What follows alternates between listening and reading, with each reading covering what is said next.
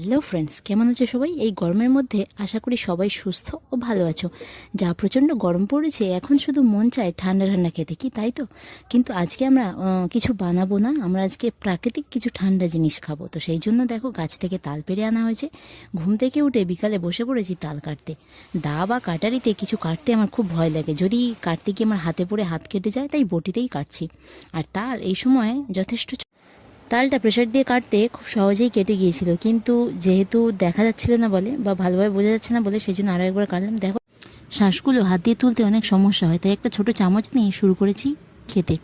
শ্বাসের গায়ে একটা শক্ত লেয়ার থাকে, যেটা আমি ফেলে দিলাম। এই এই খোসাটা খায় না, এটা খেলে পেটে ব্যথা হয়, তাই এটা ফেলে দিতে হয়।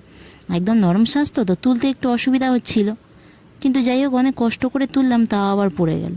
বিশ্বাস করো, দারুণ মিষ্টি ছিল শ্বাসটা এবং দারুণ টেস্ট ছিল। ডাবের যেমন জল হয়, এই তালের মধ্যেও বেশ কিছুটা পরিমাণে জল